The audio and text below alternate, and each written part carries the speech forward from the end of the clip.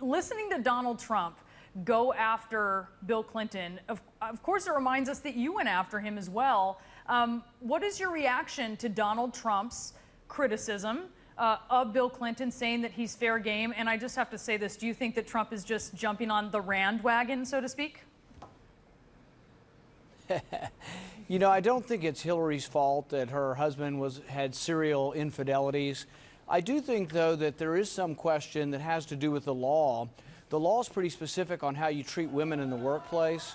And I think if you have an intern and you have a much older man who is their superior and they are having a liaison at the workplace, I think most people in any corporation in America will be fired. So I think what Bill Clinton did with Monica Lewinsky, even though it was consensual, it would have caused him to be fired from any major corporation in the country. And so I think that's a legitimate discussion, but I don't think it's Hillary's fault that she's married to a man that does this. But it is a question about what kind of laws we should have and how you should treat women in the workplace. Do you see politically any downside to criticizing or slamming Bill Clinton in this way?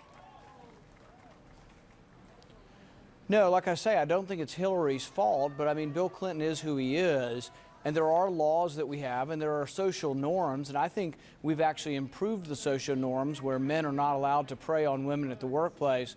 And I do think that the way Bill Clinton treated Monica Lewinsky, that kind of behavior wouldn't be tolerated in any corporation in America, and he kind of got a free pass from most of the media on it as it went through the first time. But like I say, this isn't Hillary Clinton's fault. But the thing is that if she's for workplace equality and if she's for changing the laws to make it better for women, then she needs to, you know, there's going to be this distinction brought up or this problem or irony brought up that her husband seemed to be a great abuser of women in the workplace. The other problem she's going to have is she's taken donations from some countries that have some of the worst rights records with regard to women. Saudi Arabia, Brunei, they stone women to death in these countries. They whip women who have been raped for being raped.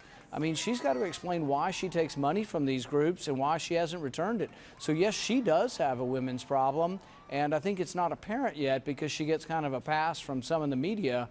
But boy, she's going to have some explaining to do if she's the nominee and if we have a nominee that will challenge her on these issues.